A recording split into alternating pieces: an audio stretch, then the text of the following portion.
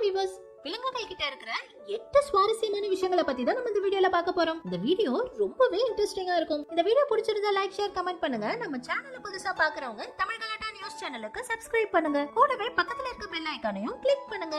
நம்ம முதல்ல பார்க்க போறது ஸ்லீப்பிங் ஸ்னேக். லண்டன்ல இருக்கிற தி பிரிட்டிஷ் மியூசியம்ல ரொம்பவும் சுவாரஸ்யமான ஒரு விஷயம் நடந்திருக்கு. ஹெலிக்ஸ் டிசோட்டரம்ங்கிறவரு மார்ச் 1846ல எகிப்து பாலைவனத்துல இருந்து ரொம்பவும் ரேரான ரோமன் நத்தையை எடுத்துட்டு வந்து தி பிரிட்டிஷ் மியூசியம்ல கொடுத்திருக்காரு. அவங்களும் அந்த நத்தைய மக்கள் பார்வைக்காக ஒரு கண்ணாடி பாக்ஸ்ல வச்சிருந்திருக்காங்க. 4 வருஷம் கழிச்சு திடீர்னு ஒரு நாள் அந்த நத்தை எழுந்து நடந்திருக்கு. அப்பதான் தெரிஞ்சிருக்கு அந்த நத்தை இறந்து போகல, 4 வருஷமாவும் தூங்கிக்கிட்டே இருந்திருக்குன்னு. இந்த நத்தை 4 வருஷம் கழிச்சு எழுந்து நடந்ததை பார்த்து மியூசியம்ல இருந்த எல்லாரும் ஆச்சரியப்பட்டு இருக்காங்க. நார்மலாவே நத்தைகள் ஒரு நாளைக்கு 13 மணி நேரத்துல இருந்து 15 மணி நேரம் வரைக்கும் தூங்குமாம். அதிகபட்சமா இந்த ரோமன் நத்தைகள் 4 வருஷம் வரைக்கும் தூங்குமாம். அதுலயும் அந்த மியூசியம்ல இருந்த நத்தை 4 வருஷம் கழிச்சு தூங்கி எழுந்து ஒரே ஒரு முறை தான் சாப்பிட்டுச்சாம். அதுக்கப்புறம் மறுபடியும் 2 வருஷம் தொடர்ந்து தூங்குச்சாம். அடுத்தது டெட்லி டைனோசர். ஆரம்ப காலத்துல வாழ்ந்த உயிரினங்கள்லயே டைனோசர்களை தான் ரொம்பவும் ஆபத்தான விலங்குன்னு சொல்வாங்க. ஏன்னா டைனோசர்கள் எல்லா உயிரினங்களையும் வேட்டையாடி சாப்பிடும். பெரிய டைனோசர்கள்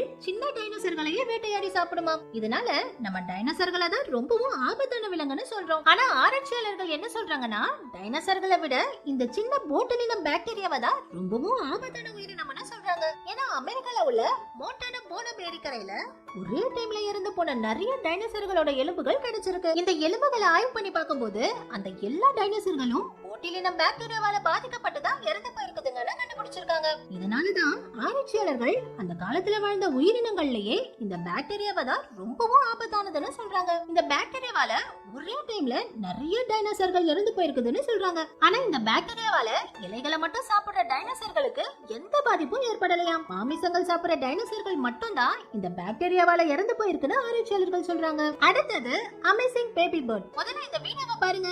இத பார்த்த உடனே இது ஏதோ வித்தியாசமான உயிரினம்னு நினைச்சிடாதீங்க. இது ரொம்பவும் அழகான கலர்ஃபுல்லான கோல்டன் ஃபின்ச் பறவையோட குஞ்சுகளாம். இந்த பறவைகள் அதிகபட்சமா 8 முட்டைகள் வரைக்கும் போடுமாம். முட்டையில இருந்து வெளியே வர குஞ்சுகளோட வாயை பார்க்க இந்த மாதிரி ரொம்பவும் வித்தியாசமா இருக்குமாம். 20 நாள் வரைக்கும் இந்த குஞ்சுகளோட இறகுகள் இந்த மாதிரி கருப்பு கலர்ல தான் வளருமாம். அதுக்கப்புறம் தான் இந்த மாதிரி கலர்ஃபுல்லான அழகான பறவையா மாறுமாம். அடுத்தது ரிமார்க்கபிள் பீட்டல். இந்த சின்ன பூச்சி கிட்ட ரொம்பவும் ஆச்சரியமான ஒரு விஷயம் இருக்காம். இந்த பூச்சிய ரிகப்பாஷியா அட்டென்யூட்டுவான்னு சொல்றாங்க. இந்த பூச்சிய தவளைகள் தான் அதிகமா சாப்பிடுமாம். ஆனாலும் இந்த பூச்சிகள் சாகாதாம். தவளைகள் இந்த பூச்சிய சாப்பிட்டதுக்கு அப்புறம் 1 மணி நேரத்துல இருந்து 6 மணி நேரத்துக்குள்ள இந்த பூச்சி தவளையோட பேக் வழியா உயிரோட வெளியே வந்துடுமாம். ஏன்னா இந்த பூச்சியோட தோல் ஓடுகள் மாதிரி ரொம்பவும் ஸ்ட்ராங்கா இருக்குமாம். இதனால இந்த பூச்சிய தவளையால செரிமானம் பண்ண முடியாதாம். அதனால இந்த பூச்சிகள் தவளையோட வாய் வழியா போய் பேக் வழியா உயிரோட வெளியே வந்துடுமாம். அதுலயும் சில பூச்சிகள் தவளையோட குடலுக்குள்ள வேகமா நடந்து 5 நிமிஷத்துக்குள்ளேயே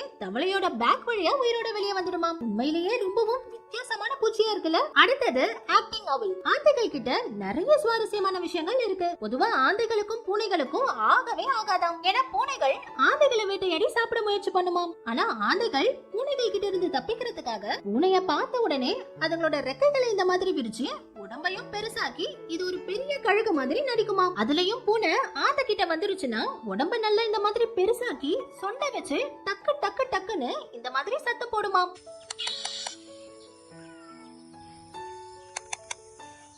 பூனை ஆந்தை கிட்ட வந்த உடனே அந்த பூனைய இந்த மாதிரி பயமுறுத்தி துரத்தி விட்டுருமாம். அடுத்தது அலிகேட்டர். பொதுவா எந்த விலங்கா இருந்தாலும் ஐஸ்ல உறைஞ்ச கொஞ்ச நேரத்திலேயே இறந்து போயிடும். ஆனா அலிகேட்டர்கள் பல நாட்களுக்கு ஐஸ்ல உறைஞ்சு போனாலும் உயிர் வாழுமாம். ஏன்னா தண்ணி ஐஸா மாறதுக்கு முன்னாடியே அலிகேட்டர்கள் அதோட மூக்க மட்டும் தண்ணிக்கு மேல இருக்கிற மாதிரி வச்சுக்குமாம். இதனால தண்ணி ஐஸா உறைஞ்சிட்டாலும் இதுங்களால சுவாசிக்க முடியுமா. அலிகேட்டர்கள் ஐஸ்ல இதுங்களோட ரத்தத்தையும் உறைய விடாதாம். ஸ்லோவா ரத்தத்தை பம்ப் பண்ணி ரத்தம் உறையாம பாத்துக்குமாம். சூரிய ஒளிப்பட்ட ஐஸ் கொஞ்சம் கரைஞ்சாலும் அலிகேட்டர்கள் ஐஸ உடைச்சுக்கிட்டு வெளியே வந்துடுமாம். அடுத்தது மினி ஹார்ஸ். பொதுவா எல்லா குதிரைகளும் நல்ல ஹைட் அண்ட் வெயிட்டா தான் இருக்கும். ஆனா இந்த மினி குதிரைகள் மட்டும் இந்த மாதிரி சின்னதா தான் இருக்குமாம். அதிகபட்சமாவே இந்த குதிரைகள் 38 இன்ச் உயரம் தான் வளருமாம். 35 வருஷம் வரைக்கும் உயிர் வாழுமாம். யூரோப்ல தான் இந்த குதிரைகள் ரொம்பவும் ஃபேமஸாம். யூரோப்ல நிறைய பேர் இந்த குதிரைகளை செல்ல பிராணிகளாவே வளர்க்கறாங்களாம். இந்த குதிரைகள் சின்னதா இருக்கிறதுனால இதுங்களை விலை கம்மியான குதிரைகள்னு நினைச்சிடாதீங்க. இந்திய மதிப்புக்கு இந்த குதிரைகளை